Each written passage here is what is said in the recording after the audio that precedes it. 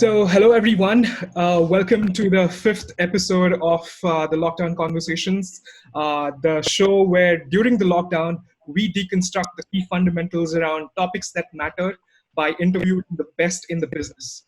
This place is to unite and inspire. Like I said, my name is Pratik Gandhi, and with me is Yogesh Gandhi. We Hello. both are taking chair with four amazing individuals today. And let me introduce, on the community side of the spectrum, we've got two amazing community stalwarts. Nicolette Orlemans, she's joining us from New York City. Nicolette is a very good friend of mine. She's a social media manager at Audible, founder at Culture Trav. She's built online communities across industries, including healthcare, e-commerce, travel, a lot more. I've been part of the travel community of Nicolette. She's originally from Netherlands and now settled in the US. And and this is, we were really happy to have you, Nicolette. Welcome to the show. Thank you. I'm very excited to be here and be part of the conversation with everyone. Yep, and thank you for taking the time to do this. For those who don't know, New York City as of today has the highest number of COVID cases. So Nicolette, if you can share, I don't know, how you are holding up, what's the ground reality, and what can you tell others in terms of being mindful? Yeah, so I actually, full disclosure, I left the city beginning of April.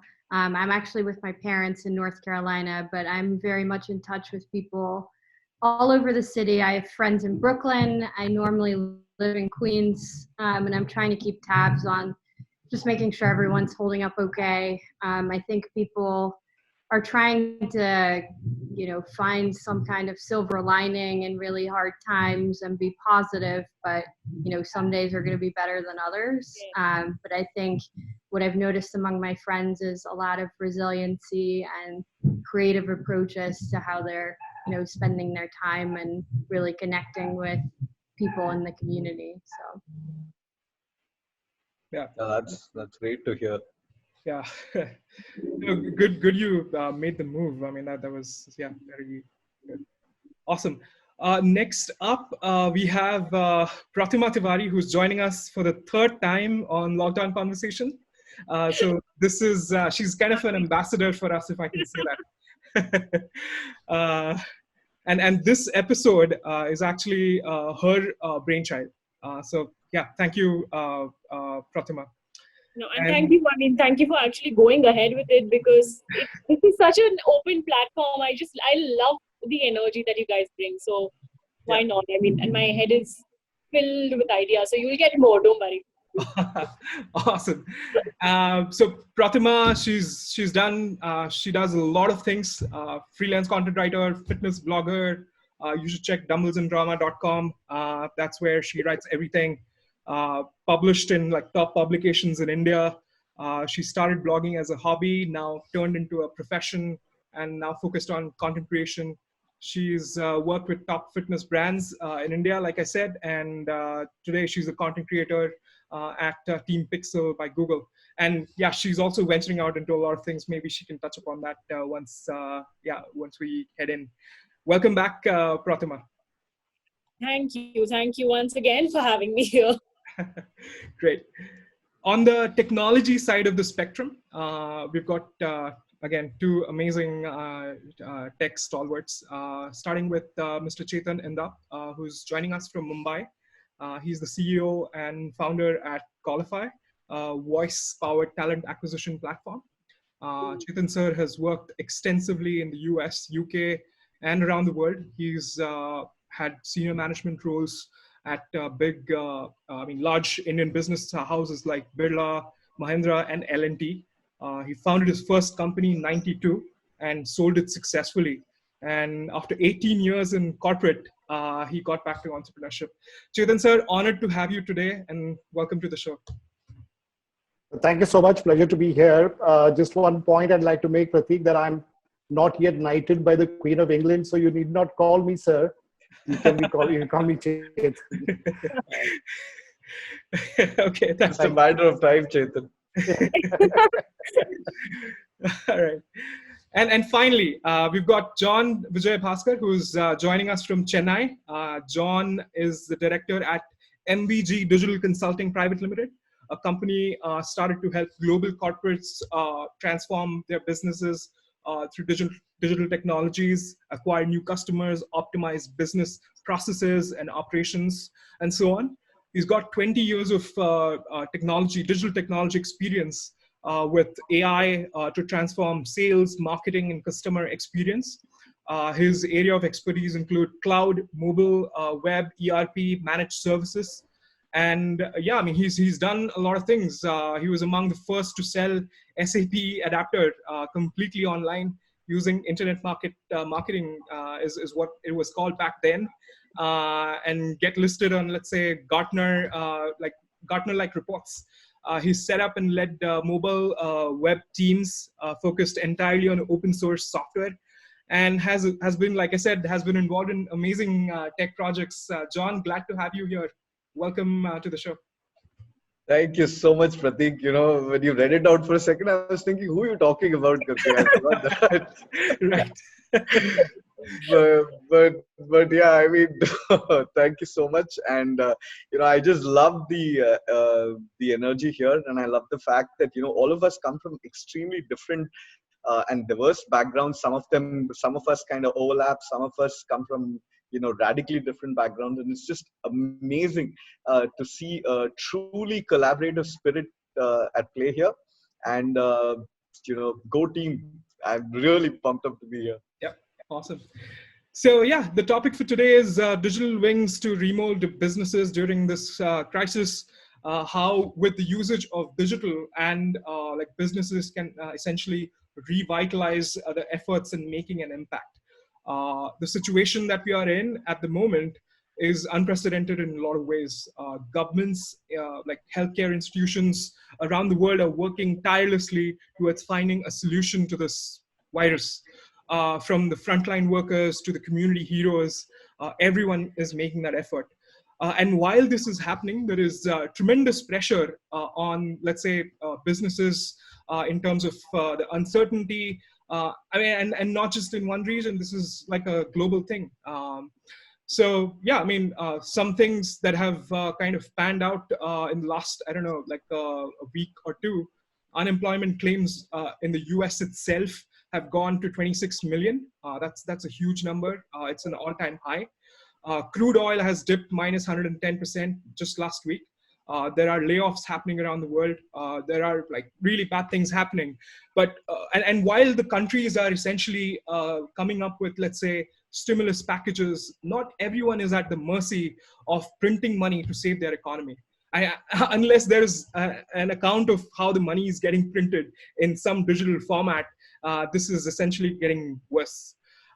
So yeah, I mean, today we will essentially unpack how businesses, startups, like small, medium enterprises, companies can position themselves in the downturn, what lies ahead in terms of tech and community, and some ideas how you can rejuvenate our businesses without getting in the trap of, let's say, like a single point of failure, because there are multiple avenues, and digital is one of the biggest avenues that we can actually think of.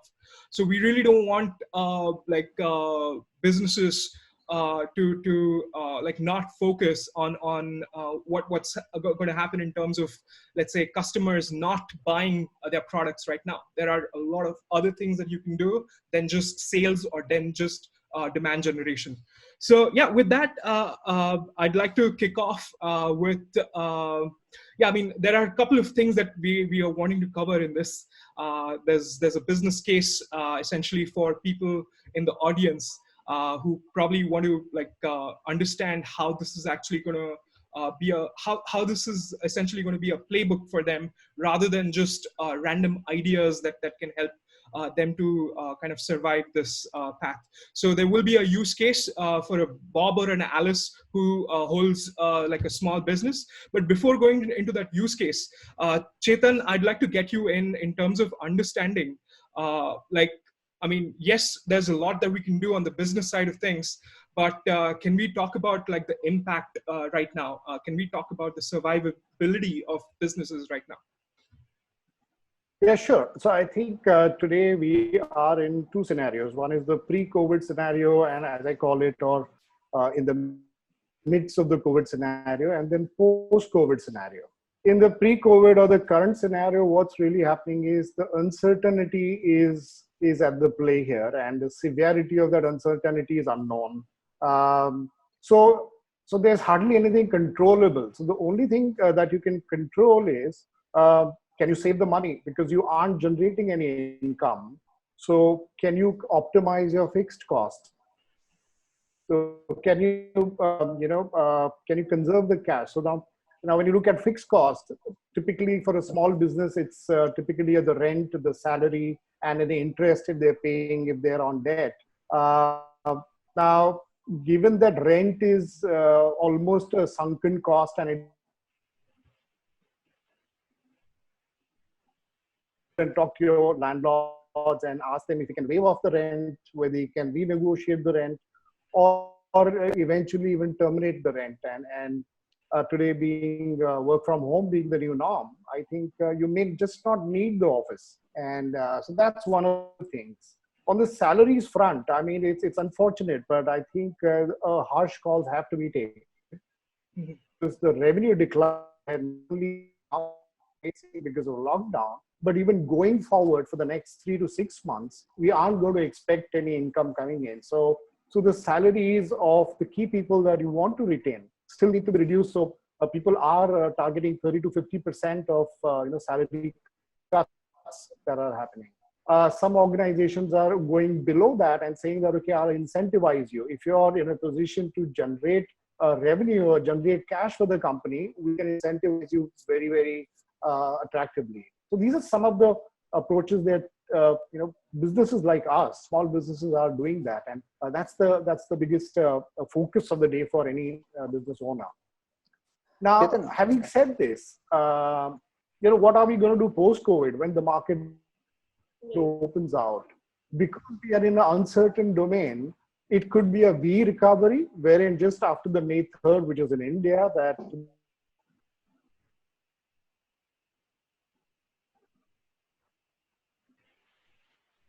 recovery, which could take 6 months to really, stabilize. So in that case, what we are doing today, and we're utilizing this time, is to identify what are we good at, what is it, what's our core strength, where do we have our unfair advantage? Can we do a survey with our existing customers and find out, is this core strength relevant to you? And if can we do further to make it relevant? And would you pay for it? I think this is an exercise that I did for the last 15, almost 20 days now. And we've actually identified a particular. So that is something that I'm going to be prepared going out when the lockdown opens, in the hope that at least we made some, calculated call in terms of what the market may be needing. So that's something on the post-COVID front that we're doing. And I'll just end that by saying that I saw a beautiful ad by a local gym, a gymnasium ad, which you wouldn't expect anybody to do, but I think I saw a great one. Actually had a great copy, and it said that a man with a huge tummy, and it said, "Don't worry, we will." And they've actually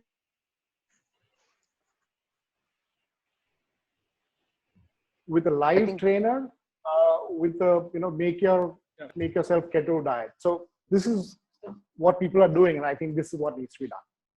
Chetan, I'm going to ask you to repeat that, because just at the juiciest part of you telling what that copy was about, there was a bit of an audio loss. So what was that? My mistake, yeah.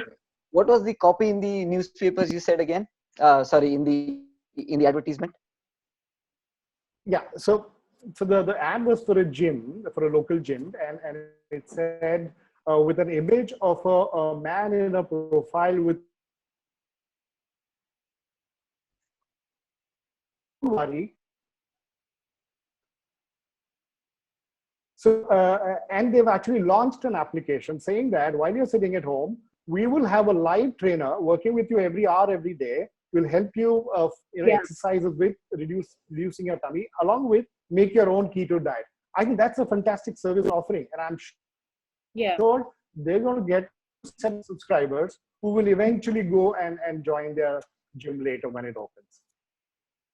Nice one. I think this is something that Pratima will identify a lot with, this kind of thing, being a fitness enthusiast. Pratima, what would you like to add on that kind of approach by gymnasiums and small businesses? In fact, I mean, I've seen so many gyms, fitness spaces, and even personal trainers go online. And I was reading this case on LinkedIn the other day where there was this trainer who only took paid online sessions or paid sessions, basically personal training sessions. And since the lockdown, he started sharing a lot of information for free on his profile.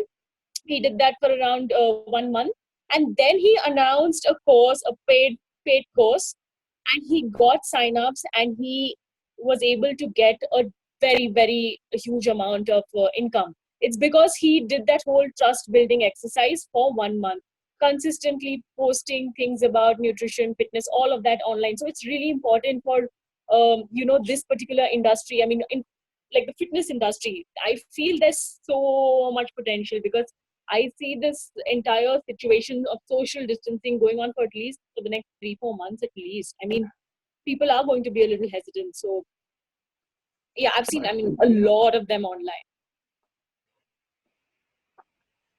So I think instead of being bogged down by this as an adversity, people have sort of converted that into an Yeah. opportunity. And some of the online ways that people have now discovered recently, I probably think that wouldn't have been discovered, if this weren't to happen. That's To be exactly. honest with you, we wouldn't be talking today if Yeah. the lockdown Yeah, wasn't to be exactly. there, and Zoom wouldn't be the thing that it is. So I think people have responded positively to it to an extent. And then while it's easy to imagine that it's all doom and gloom, you can always sort of credit humans to come up with something ingenuine during toughest of times, to find that ray of hope from somewhere. Yogesh, to add to this, I have a very a small vignette here. My daughter learns classical dance, right, which is Bharatanatyam. In case for all of you who don't know Is that, that mandatory down south? In India, there's just one classical dance, and it's Bharatanatyam. So usually that's how it goes. They're a highly traditional, go by the books, highly structured kind of environment, both from the perspective of teaching, because there's a lot of structure in it, because it's a very ancient form of dance. And the second thing is, the teaching till date is pretty much face to face, right? There's no question of you hanging out in your house and the teacher comes to your house and all that. It's pretty much you go to the school, and then you go there and you learn face to face, right? And the funny thing is, once we got this, this so-called COVID thing happened, the funny thing was her classes continued. A couple of teachers kind of moved on to IMO. They tried out Zoom. They tried out a few things till, they figured out what worked for them. And the best thing is, a whole bunch of people who until about 6 months back, you wouldn't be catching them dead doing something in front of a computer, because it went against their very essence of teaching. Yeah. And you suddenly found that whole bunch of people. And I kind of peeked into my daughter's class. I mean, I have strict instructions not to enter the room also, because in case I disturb her. But I saw about a good 12 to 14 kids working out together, doing the warm-ups together. And there's just that phone there. And they had 3 different levels of teachers teaching. And it was amazing to see such a traditional community of people to kind of open themselves up and say, hey, you know what, let's get on to the digital bandwagon. And I'm sure there's going to be tons of paradigm changes moving forward, because I don't see people moving back from this, because once you've done it, you've made it work. So we could be definitely looking at some radical transformation in some very traditional industries which we couldn't even imagine digital being used.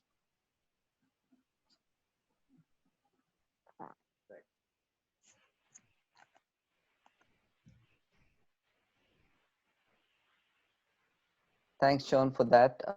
Um, so, Pratik, do you want to sort of open it out? There are two elements. So when we are responding to a crisis, one obviously is the survival and the instincts of sort of innovating in the moment and seeing can I stay afloat? And Chetan obviously spoke of the operational challenges, but then again how you can still manage to do it, right? One of the other things which I feel is critical during these times is you're going to struggle. And I think Nicolette, at the start of the session you did say there are good days and there are not so good days, and I feel that is where you actually the value of the community becomes so much more invaluable when people can stand up for each other and can support each other. So in these times what kind of steps can these businesses actually take to gain support from their own community, sort of a peer network of sorts. So when it comes to John and Chetan, I'd say your own let's say the founder network, or Nicolette, from your tribe perspective, right? Getting support from people in your networks as such, right? So how are you actually taking those steps, and what are you observing on that front? So I think from a brand and community perspective, it's been for me it's two-pronged, because I do social media at Audible, which is an audiobook company, and I also have my own community, which Pratik talked about, in the travel space.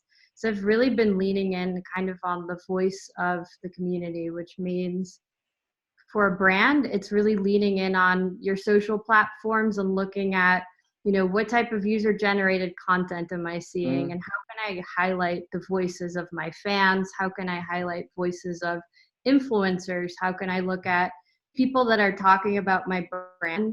And I'm really leaning in on that, moving away from overly salesy or promotional items, and really looking at ways that you can open conversations with members of your community and lean in on that. So it's been huge looking at, as I said, UGC has been a huge thing for brands to look at how are we highlighting what our fans are doing. If your social media followers are already using your product, this is now a time to be listening to them and asking them for feedback as a brand, about what they want to be listening to or hearing about more from you as a brand.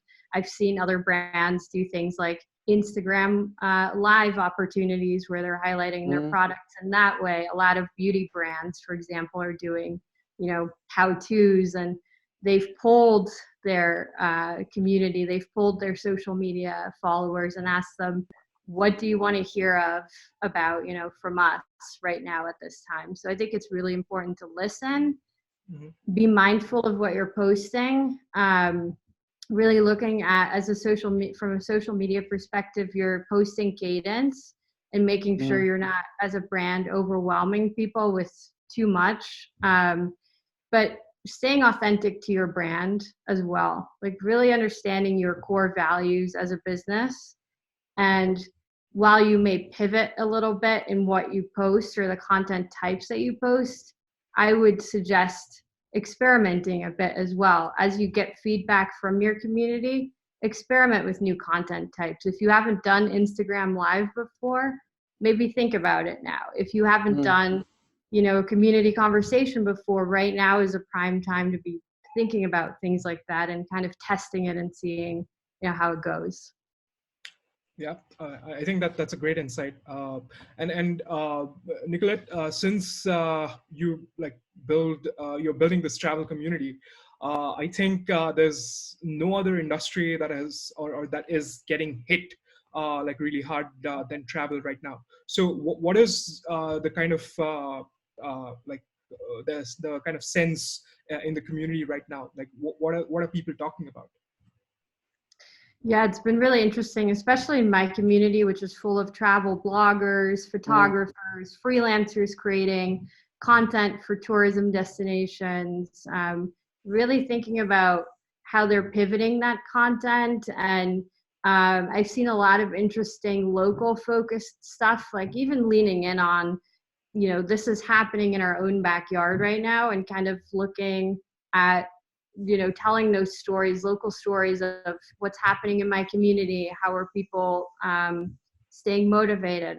What ways can people keep that sense of normalcy or positivity. I've seen a lot and heard a lot of travel bloggers, and I think bloggers in general, looking at things like, obviously their website traffic is down because people aren't searching for travel destinations or travel tips at this time, but there are ways to maybe revamp, older content or update on your site, thinking of different ways that you can give value to people, and kind of not being afraid to lean in on the times that we're in right now, but being sensitive and being mindful of how you're positioning the messaging. And I think, for now, also an important point that Pratik brought up is unemployment rates are sky high. So people are being really creative now with possibly figuring out new income channels and new ways to kind of get their voice out into the world, and new business initiatives. So I think it's a period of adjustment. It's a period of, staying true to who your brand is, but figuring out new ways of kind of getting the messaging out. Yep. Very So, true. Nicolette, I have a small thing that I wanted to kind of, check with you on, right? Yep. This is based on, the current statistic, right? That we have close to about 60% of global traffic right now, which is just going through mobile devices and only, things like that. How do you see the, impact of the next generation consumers? Like you would see, there are a bunch of people like, typically guys like me with white beards and, maybe Chetan, Yogesh is not included. There is a clear demographic of people who aren't that comfy with mobiles. There is a clear demographic of the next set, case in point, you guys, who are very comfortable with mobiles. And then there is the next demographic of the next bunch of people, like say my daughter, who's very comfortable with voice. Right? They're very open to using voice-based services. They're very open to using Alexas. They talk to their, my daughter, if you leave her, she's going to start talking to the door saying, hey, open up, because they're pretty much born on, they use a mobile device also with voice commands, right? Yeah. And we're looking at Google saying that, there's more than 50% of all the searches are going to be via voice. So what do you think about that? How do you think this move to mobile, this move to voice, how is it going to affect building the community, and how is it going to affect marketing messages going out to different people? Yeah, and I think I'd be interested to hear what Protima thinks of this as well, from a community perspective.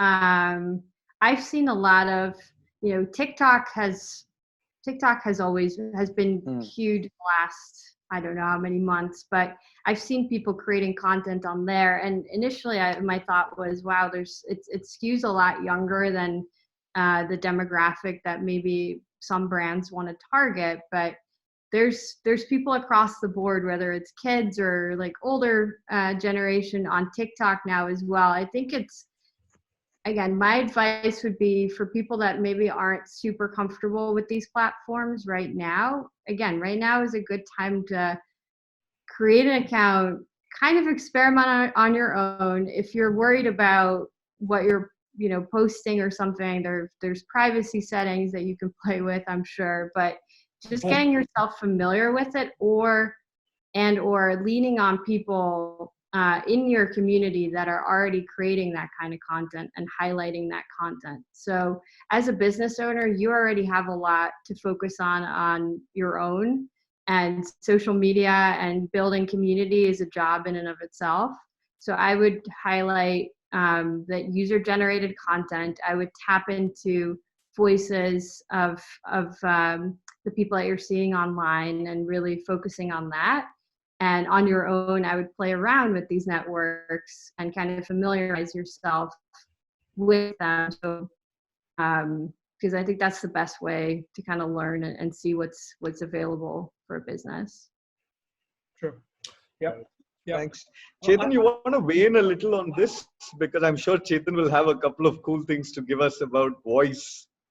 Oh, yeah. Yeah, I was thinking, about what I could say there. Our product is a voice-based product, and yes, indeed, we are integrating Alexa and Google Assistant as part of our product, where our users can actually tell what the product needs to do, and using NLP, we'll actually execute those commands. So we are doing that in our product. But essentially, we are a B2B product company, so our focus is to satisfy large enterprise users. And yeah, but having said that, it's like you said rightly so earlier, I am a gray bearded guy, and I'd let my tech team build what's needed by the market, and I'll only just study the market. So I essentially still the generation X, so to say. So I'm getting there.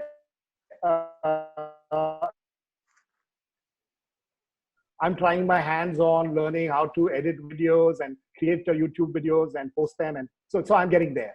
Yeah. Nice. That's good to know. Fascinating. Yeah. So I want to segue a bit, to the use case scenario. Let's say Bob is running a business. He's the business owner, and how does he kind of navigate through this? So, John, do you want to kickstart with that? Right. We basically, when we look at, just take off from where Chetan was talking about, whether it is B2B or B2C, and we're talking about small businesses who have either a product that they have a single, or just a couple of product lines, or they have a service like a small cafe, they're running a restaurant, whatever the case might be. And we're looking at small businesses. They're going to be possible. One is like what Chetan mentioned, the survivability, how they cut their costs, how they, how close they can cut to the bone is what we're looking at, right now. That's going to be the immediate thing. But the second most important thing is going to be also acquisition of new customers, right? Because whatever said and done, that can't really stop. And, if you're not growing, you're dying slowly. It's at the end of the day, the community or the customer experience, like how does the customer perceive you? What kind of mind share can you get off your customer base, or the newer customer base that you're kind of going at, like what I mentioned, saying that now you have clear demographics of people who are on voice, people who are on just mobiles, people who are just on TikTok, whatever the case might be. And then there are, of course, people like us who still use the traditional means, right? So in these three aspects, which is optimizing your cost, reducing cost, cutting as close to the bone as possible, shedding all kinds of fat. Second is growing with a new customer segment, figuring out your new stuff, where your new people are, where are the people, anything, customer experience, what kind of mind share are you going to be grabbing at this point when there's so many other people who are going to be online? How do you kind of stand out? Like, to just put a small point is, when GE and Ford have kind of come together to say that, hey guys, forget cars, we're going to make ventilators. The kind of positivity, the kind of brand feeling that users would get, to be associated with a company which traditionally builds cars, but hey, they're like, potentially they're saying, what, we're going to leave that and we're going to save lives. Yeah. Right? You can't imagine the kind of groundswell of positive brand reactions that you're going to be kind of getting with that, right? So I think it will be very essential on how the the small business owner addresses these three major points, moving forward. So I think Protima and Nicolette can say a lot about messaging. Nicolette already spoke about messaging, different types of messaging to different communities, and definitely message. Sending out. Trying to attract the next generation of users, the users who would have been traditionally your customers, and then if you're willing to get out of your sort of comfort zone and you're willing to try out small stuff, why don't you try out a new, like I gave you the example of the classical dances in India, right? Why don't you try out something new? And then before you know it, you have this whole new bunch of people Yes. who've never kind of heard of you. And then you're talking to them and you're saying, hey guys, you know what? I'm here, I can do all of this. And if you are interested, why don't you get onto it? And it's it's a complete blue ocean strategy in that case, because you're going out of your traditional, milieu, so to speak, and you're just getting into this entire new segment. So maybe Pratima and Pratik can kind of weigh in on this and, talk a little on how, this paradigm is going to work of, attracting new customers from different bases, right? Different communities. Yeah. Pratima, you want to go for it? Yeah. Yeah. So I'm handling a wide range of clients. There's someone from travel, there's somebody in the B2B space, a lot of clients in food, in beauty. There are also a few personal accounts.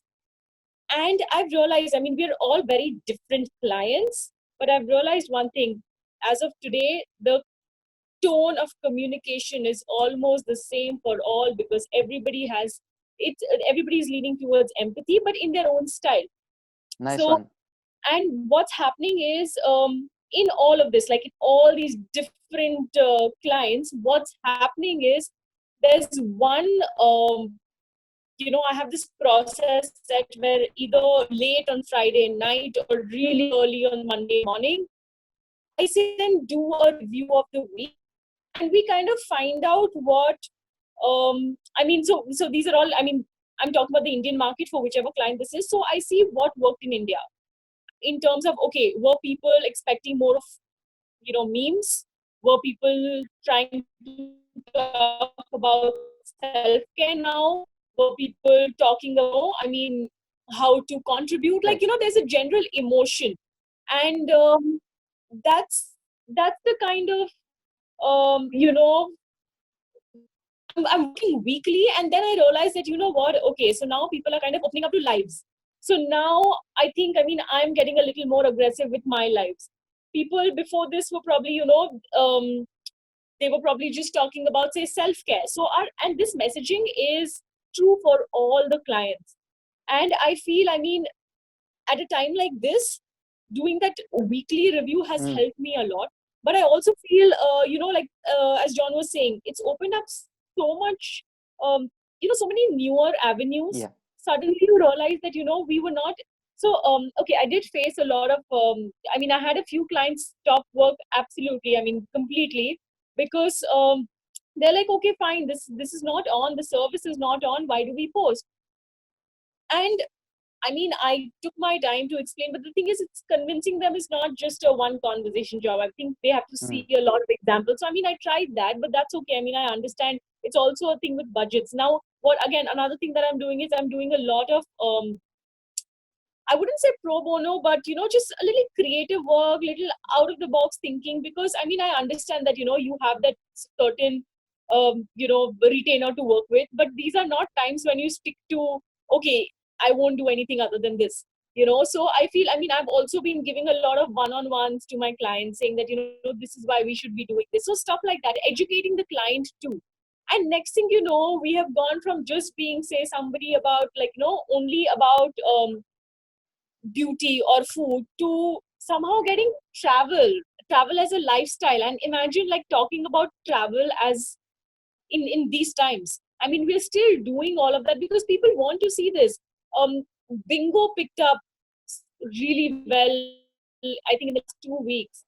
And I tried that on my personal profile, and I'm seeing the results. I'm seeing the conversations, I'm seeing the followers, and I'm seeing the reach. And I think, these are the kind of things that, again, I think this has happened because of the weekly practice. And because I work with my clients that way, I get ideas for myself, try them out, So I think I've reached that stage. But I feel it's very important to think out of the box now. I would say, I'm not concentrating on selling anything right now at all. Interesting. Just build on that, thinking outside of the box for at least small businesses. So just around where I live, there is an Indian curry place, and usually you sit with curry places, they get busy in the evenings, right? The obviously clientele going in the evening, but now because of the lockdown, the restaurant is practically shut, and the only thing they can do is delivery. So Yeah. this went on for 2 weeks, which meant the restaurant had its usual operational expenditure, but had no customers to serve directly. So yesterday, Yeah. when I was walking past the same restaurant, I saw that converted their entire front dining area to a fruit and vegetable kiosk, and they put a discount board outside saying all the NHS staff will get 30% discount on your fruit and veg, and rest of the people who live in the locality can buy fruit and vegetables at sort of the usual rates you would associate. And this was a restaurant sort of thinking on its feet, saying Yeah. now because people are in a lockdown and don't want to go to supermarkets where there is a chance that they might actually acquire the virus being in a mob and things like that, we can serve the local community, we can repurpose our business for the time being. But by doing that, some of the people who would have never gone into that restaurant, yeah, are now going to go there, going to find out as to what they usually serve Yeah. in terms of their menu and what's the business like.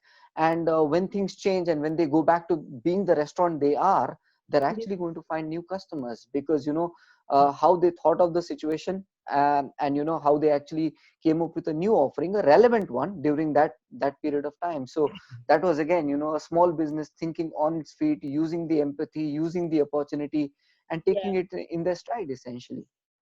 Yeah. Uh, Yogesh, that's like a fantastic point that you made. I mean, of course, Pratima has already mentioned this, but the point that you made was fantastic. And, it brings us neatly into the first part, right? Which is about one is, what are you doing to, make sure you seamlessly transition your digital and your offline image, right? So, Yes. which you mentioned, that he's done it brilliantly, right? We also I have an example of another restaurateur who has till date been very against kind of bringing in deliveries, and because they always felt that they were a touch and feel kind of a place. But when they found, they heard their customers asking them, saying, guys, we love your food, is there any way you can get it to us? And then they said, acha theek hai, there's so many people who are asking for it. So they kind of took it seriously, and they're looking at building there's a small digital plugin which is available, Mm.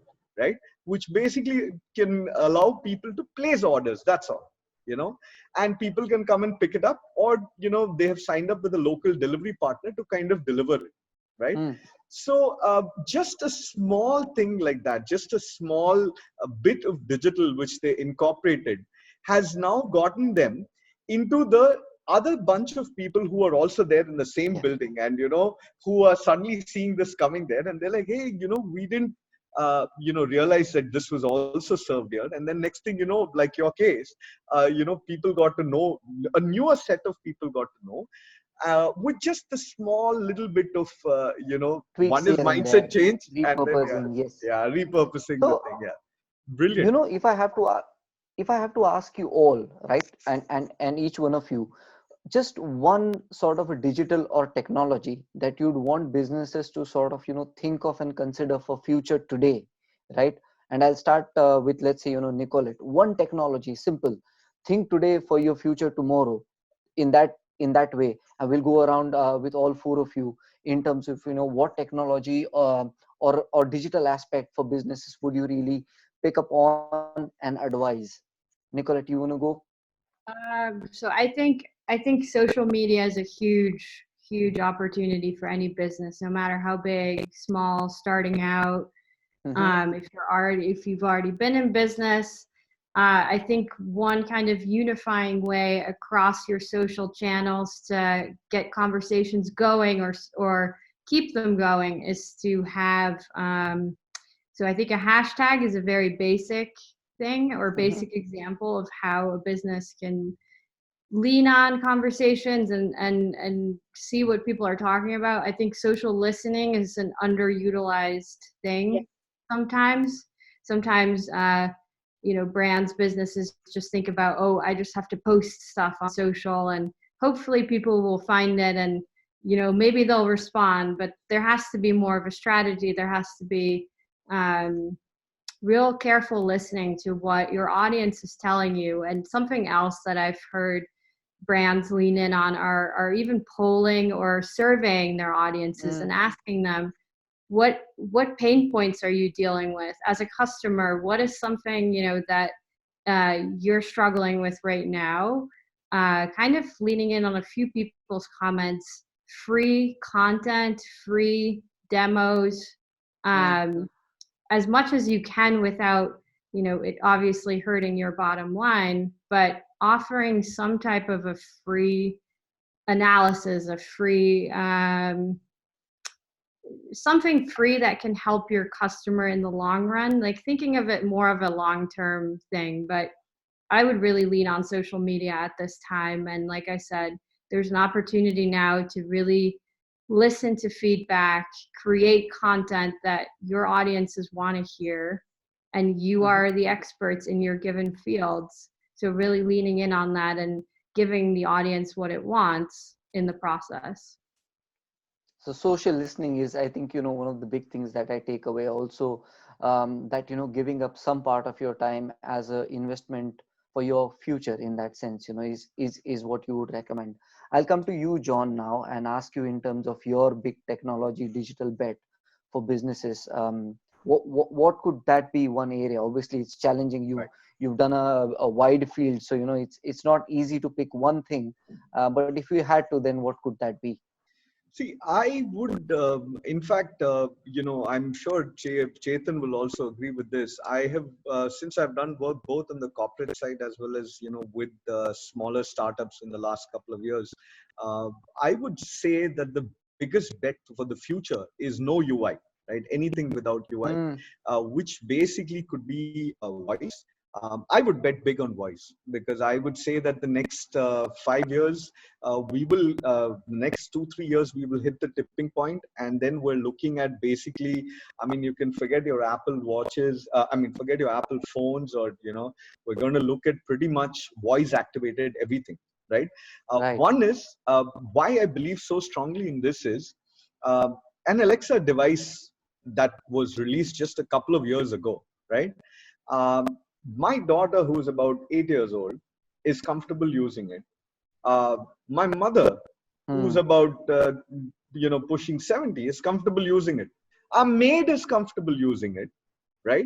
A guy sitting in Rajasthan, in just knowing the rudimentary, the basics of English, is able to use it to navigate, right? Nice. And when you have a technology that brings so many different types of users together, that kind of blurs the demographic boundary, right? And today, if you see, I'm sure Chetan, you all will remember the old Nokia phones where you had to really, slam it before it kind of worked, right? And you had like one game and you had 4 bits of color, which was like big stuff for us. But from there, to migrating to, thinking that the BlackBerry and we had arrived, to the iPhones, to go, where there's no touchpad at all. And think of all the people who migrated, did that journey, the laggards who did it, right? And today you see the laggards are the ones who are adopting the fastest to voice, because at the end of the day, it's completely natural for us to just talk to things. So I am going to be putting all, I'm going to be going all in for voice. And we have done a couple of POCs, right? I'm talking about big industries, like I'm talking about big names, where we are looking at voice activated journeys for just reading out dashboard data. It could be as simple as your Salesforce data, and or it could be just it could be a plant report saying what's your daily production. So while you're traveling to office, you just dial into your phone and say, you get authenticated with your voice print, and it directly takes you in and says, okay, tell me what's the production today. Or say you're a customer support executive and you say, okay, tell me my top 3 burning issues. So you're anyway, you're on the phone, and now you don't need to be you just ask what is required of that, and you get the answers back to you in a conversational way. So I think conversational AI and voice. So those are my two big bets. Yeah. Over to you, Protima. I'm going to say exactly what Nicolette said. Social media. I mean, you have to be on social media now that things are going to get remote for some time. I think the internet makes the world a smaller place. I think you can connect with so many people. Just the fact that all of us are connecting, right? I mean, it's just really interesting to see how you can make use of any small feature. Now I mean, videos might not work for you. Maybe lives are working for you. Maybe just stories are working for you. There's just so many things in every platform. Community building, Facebook groups are so huge. But if this, I think they require a next level aggression. But social listening, of course. I mean, and then I would say social media and Instagram for sure. Um, Twitter in India, I am, I have a love-hate relationship with Twitter. But I feel YouTube, I mean, if I could, I'm trying to, in fact, I'm taking this time to understand videos. And if I figure out YouTube, then why not? It's just that usually the budgets for YouTube are a lot more. So, I mean, but there's no harm in, trying things out. But social media for sure. And I want to quickly add, and I loved Pratima's points there. I think it's also important for brands to remember that video doesn't have to be overly produced right now. In fact, we're seeing a ton of smartphone videos that are being taken. We're seeing a ton of even execs using this time to work on their personal social media branding. It's huge. Like I was reading an article that, why am I blanking on the person's name? There was an exec at The Infatuation, which is a travel focused media organization that has been really huge on TikTok. Now that's just TikTok, but there's tons of other things that if you're not comfortable with TikTok, you can look to LinkedIn. I mean, I've seen people do lives on there. I've seen people writing articles on there. I've seen people pivoting and figuring out, just writing new content about the things that you're already an expert in. Not reinventing the wheel, but testing, kind of to Pratima's point. Right now is a great time to be testing the content types and also what platforms make sense. Not all social media platforms may make sense for your brand. For some, Twitter is great. For others, it's not. Facebook groups, to Pratima's point, are wonderful. I have one for my travel community. It's been an amazing way to keep connected and to hear from people what they're working on, what they're struggling with, and kind of get people to collaborate, which I think is a really important thing to be thinking about right now as well. Yeah, and just to add to that, sorry, Yogesh, to cut you off. That's fine. This lockdown conversation, I mean, this whole project itself is probably a best testimony to what Protima and Nicolette are saying. Because I mean, this is definitely not to profit, but the way we are going ahead with this, I mean, we have a YouTube channel, we have like a Twitter account, we have Instagram, we have everything in place. So essentially, this is what brands can venture into. I mean, and think of adding value to their communities, to the industry overall. And I think, just being agile in the way you think, and then, as Nicolette was saying, it's not about overtly producing something, but as long as it is authentic, as long as it is user generated, and it has got empathy in it, and as long as you can release it fast, I think it's important, instead of sort of investing 3 months into producing a video that nobody will watch. On that point, I'll come to Chetan in terms of what would be your big bet, big pick. Right. Yeah, John. So I think conversational AI and voice is a mission for my own product. So I'm very invested there. But I have two philosophical views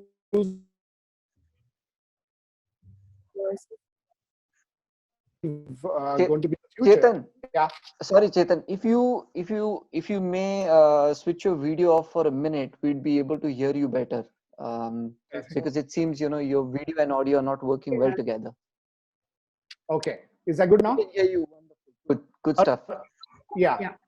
Yes, I was saying that apart from the conversational AI and voice, yeah, that's really our product mission. So that's definitely our personal focus there.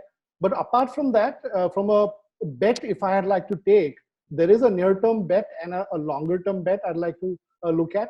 The near-term is really cashless payments and digital payments. And I think if you've heard of Facebook investment in GeoMart, it's basically to enable small businesses to be able to make their orders and get paid on WhatsApp. So I think that's going to revolutionize the entire, how small businesses function. So I think digital payments is definitely a big bet in the near term. On the longer term, I think it's a little more philosophical. I think because of this pandemic, what's really happened is there's a mindset change happened. I think there's a ownership mindset has shifted to renting mindset. So, for Right. example, today I think we are all privy to the fact that abundance of materialism is not going to be something that's going to be in the future. I think people have realized that Yeah. human life and livelihood is not about wealth. It's about caring and it's about sharing. So I think that is going to imbibe a lot of ownership, renting mindset. So what I mean is the Amazon example of a cloud-based solution. So today, as a business, I am renting a Amazon cloud, and I'm actually utilizing the service based on my need. So if my business gets a large load, my servers at Amazon automatically scale up. So I'm going to think today I have a 4 GB laptop, but I need an 8 GB to work on a Photoshop. Can I rent that offline on the internet rather than having a device to be upgraded? I think that's the Nice. philosophy I'm trying to look at. And I think the renting and so subscription economy as a technology is my bet. I think that converts sort of, kind of office as a service kind of a model. I don't know if Absolutely. anybody has come up with that term at all, but that's what we are moving at, isn't it? Like long term, 12-month, 36-month contract probably gone, and you might actually, take your team out for a great day at a resort or a nice place in a month and say, maybe, that's when we come together, then we disperse, then we come back again next month. That's sort of flux in, flux out kind of a model. So I think Chetan, to add to that, I know this is not the right time to mention China, but WeChat basically already incorporated it quite some time back. And I think although Facebook started a little late, I'm sure they'll be uber successful now by bringing in integrated payments via WhatsApp-like functionality. Because those guys kind of did it quite some time back. But I completely agree with you. In the short term, I've seen a lot of people who are actually who want to integrate PayPal when they want to accept payments across countries. Yeah. Zoom, they're evaluating Zoom, and if we are able to provide this kind of a functionality, completely on with you on that. Definitely, for the short term, this would be it. Correct. Right. Yep. So I think we've got a couple of questions. Maybe Which I think first is already answered by Chetan in yes. his, so that was more around, will we ever go back to the always working in the office model? And Chetan's quite said that, I think the future looks like you'd probably be much shorter, office rental contracts, which means we'll be working more from home than from offices, or at least the technology enabled businesses will. But there's second question also, I think, Pratik. Yeah. So second question is from Yuvraj Sekar. What are the immediate setback and advantages from from a organizational level? Because already decades of gains are lost due to the lockdown. Long-term impact will be large. Immediate setbacks. Who wants to take this question? So I think Yuvraj, maybe you joined a little late. So if you don't mind, I'll take this, Pratik. Yeah, go ahead. Yeah, so basically, Yuvraj, a couple of things that we were talking about was the first and foremost setback would be, how do you restart your particular business? How quickly you can restart. It's not going to be just something that, because your entire ecosystem is disrupted. This is not just one industry, all the touch points of that. So if you take retail, your logistics is hit, the entire ecosystem is hit. So one of the immediate setback is, what is the time taken to get back to BAU, to get back to business as usual? So that is the immediate setback. And one way of kind of fixing that particular setback is to figure out what are the kind of things that you can, where are the areas you can incorporate digital, and see, how you can actually turn this, these bits, these gaps that were always there in your business, but now have come to light because of the fact that, because of COVID. So one of the ways to kind of turn this into an advantage is to see if you can plug those small gaps. So the case that I gave of this restaurateur, who did not have digital payments, who did not have, logistics kind of incorporated, who did not have, the ability to kind of serve their customers, accept things digitally.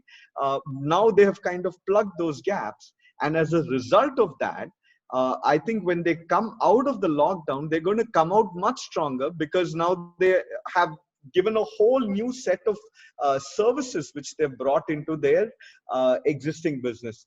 So I think the biggest setback would be this: how quickly do businesses come back to normal, and what are the very small pivots, digital pivots that they can incorporate in various gaps, and then see, how quickly they can get this for. So yeah, but definitely agree with you. Long-term impact will be large, but there will be a whole bunch of people to, kind of make sure that they're going to come out from this far stronger. And I definitely see all of us here who are on this forum as people like that, because we are already considering this, right? So just a follow on from, John, I think just a follow on from that, is that what about the businesses that can't really work from home so much? So for businesses that won't sort of, have the ability to have most of their staff working from home, how do you manage that situation for hospitals, manufacturing, chemical industry, so on and so forth? Right. So one of the things that, I'm sure Chetan would have also worked on, I have also worked on in my earlier tenure, is the degree of automation in industries today is growing by leaps and bounds. And after COVID, right, you're going to see the extent of automation is going to just go exponentially higher, right? And we're going to because I think finally, that philosophical point that Chetan also made, we're going to understand that people are meant for people things, right? They're meant for human things. We're not made for taking a hammer and hitting a nail for 8 hours a day. We're not made for that. We're creative human beings. We're conscious beings. That is well left to a machine. Or to a robot. So I think one of the things that we're going to see is, as you see, drones already are doing very well in logistics, and we're hoping self-driving cars actually, comes faster to India than later. And a whole bunch of things that was just science fiction up to about 5 to 10 years back is pretty much reality. And I'm saying the adoption is going to go exponentially higher, because now we have a reason, right? So I think that is one thing that is going to happen. And I'm sure the next evolution of the workforce also is going to be accordingly, keeping in mind this evolution that we're going to be having on this. Yeah, so that's my 2 cents. Yeah, which brings me, I mean, I had this in my mind, like in terms of like asking question to anyone can take this, like how important it is right now. And then Nicolette and Protima did touch upon like the community aspect of it. Let's say collaborating and like partnering with, let's say, fellow industry members or competitors even to kind of do something together, take an initiative, or even collaborate with someone, let's say like a government or local whatever business community in that sense. So like how do you see that pan out? And yeah, I mean, if anyone can take this point.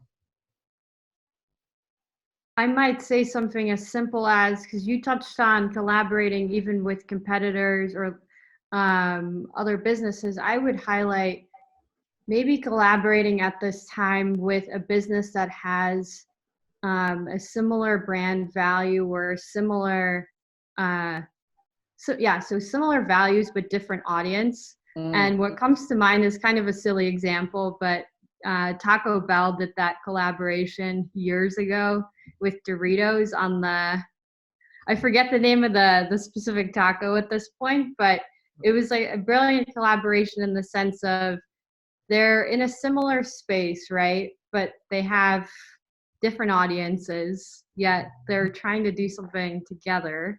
So something along that line, that may be maybe a silly example of one, but that's one that comes to mind. Doing some kind of a collaboration with a like business that has with a competitor would probably be tricky because then you might have some audience overlap. But with a brand that has similar interests, or you can tap into their audience in a way that you can't currently do with your own audience, if that makes sense. And maybe Protima has another example of how that might work in the fitness space, but that's kind of what comes to mind for me. In fitness, yeah. In fact, in fitness, I'm liking the way the whole fitness community is coming together right now, because in any other normal scenario, we're all like competitors, but now everyone's coming together to support each other. Yeah. Right. And yeah, I'm honestly loving what the fitness community is doing. In fact, fitness and nutrition. So if someone's just being a nutritionist and there's someone who's just being these guys who are coming together, it's been, at least the people I know, the community that I'm in terms of fitness, it has only grown. And I think people are now getting excited, even if they never cared about fitness, they didn't care about eating clean, they just want to know what's happening. And I think that in itself is such a big change from, oh, okay, this guy's fit and we don't want to know what he does. Also, Pratik, I don't want to play the the negative role here, but one of the things, the flip sides, right, of what you're talking about, of competitors collaborating and getting together, usually when that happens, right, they tend to build a stranglehold on a particular industry. Case in point, the OPEC, right? Oil for the longest time. That's what they did, right? They all got together and they said, guys, we have it all. Let's now work on everything, right? And the global economy after the 70s, as soon as America got in and said that they're going to trade dollars for petrol, and you had a very different environment. And if you remember at that time, it was quite bad, right? So keeping that in mind, usually collaborating with your competitors is not always necessarily a good thing, because it tends to kill any other new sort of initiative. So I don't know if you I know of this saying in India, it's quite popular, that nothing grows under the banyan tree, right? But it is one of the biggest trees. It gives a lot of shade. It's wonderful, right? But you will never find anything growing under it, because it can't. It makes sure that it kills everything under it. So I'm sorry to give a sort of a negative example, but definitely I didn't mean to rain on your parade. It's just that this is something that has happened before, and is a very good chance of it happening again. But I completely agree with Nicolette and Protima about how like industries, where you have complementary, supplementary sources. Yes. Definitely think that's going to happen. That's the word I was using. Sort of, Thank you. adjacent sectors that can work together, and sort of, amplify each other's reach as well as audience. I think, that's the key. So you got a fitness expert working with a nutrition expert, and then in large sort of, telecommunications companies, at least we know that a lot of the location data, etc., is shared with companies that can use it appropriately. And I use the word appropriately because then the cause is for the societal benefit as such. And so wherein, you'll find these complementary nature of purposes. If you work together, that sort of, helps you broaden your outlook and your reach and utility to the society as a whole, I think. Nice. Very, absolutely. I completely concur. So, Pratik, there's somebody else who was kind of asked. Okay, that's Upendra. I think there was a question on voice SEO and the AI of UX would evolve with social media marketing. So I think I'll leave that to Nicolette. I'd probably talk about just the voice UI. So Upendra, thanks for joining. So your question is specific to how is voice SEO going to evolve? I'm assuming you meant evolve in the future. Now, Google, I don't know if you realize, Google as of 2018 has redone its entire, logic, its entire algorithms to support mobile first only. Okay.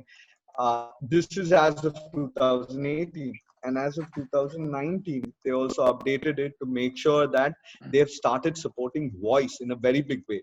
So as on date, if you want to do SEO, Google already allows you to build your search, you're optimizing your search via voice.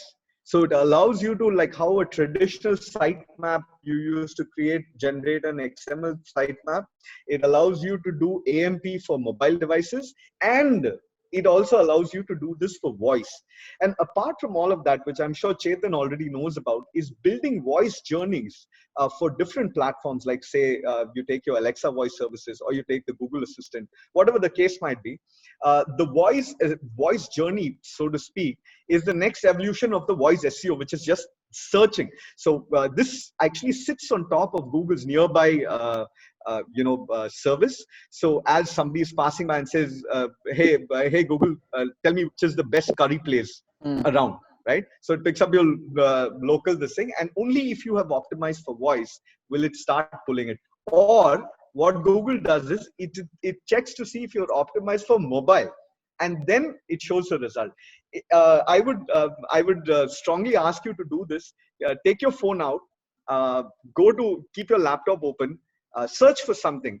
You will see 3 different searches coming from your laptop, your mobile device, and your Google Assistant if you put it up and then search for it. So I think the next evolution is that, right? So definitely that is going to weigh in a lot mobile and voice.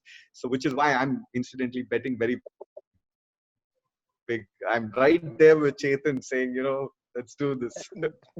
Gentlemen and ladies, I think, as lovely as been. Chetan, you want to add a final word? I was just adding a 1 second, half a second point to what John said. One of the things about the voice that Google and Alexa are doing is they are actually converting the voice on real-time basis to text using voice to text AI. And that's being used for the SEO machine learning at the back end. All right, that's about it. Yes. Perfect. Perfect. I think, we hate to do this, but I'm going to ask Pratik to do the difficult job. Yes, I mean, no, this is great. We still have a lot of questions, but we are running out of time, and this is we had to come to this point where I mean, this has been a great conversation. We obviously there is a clear unbundling that happened today, where we saw how we can really revitalize the businesses in terms of increasing the engagement, building communities, changing the message, talking about different technologies like AI and machine learning, and how voice can really be the future. So yeah, I mean, it was great to kind of have this unpacked in a way. And I'm really hoping that the audience, has taken some great points today. So with that, I'd like to thank everyone, Nicolette, John, Chetan, and Protima, who had to leave, for joining in today, and Yogesh. And this was great. This episode will be uploaded on YouTube soon. Search for Lockdown Conversations on YouTube. That's pretty easy to find. And thank you for joining in again. Keep inspiring. Stay safe. Stay. And have a great time.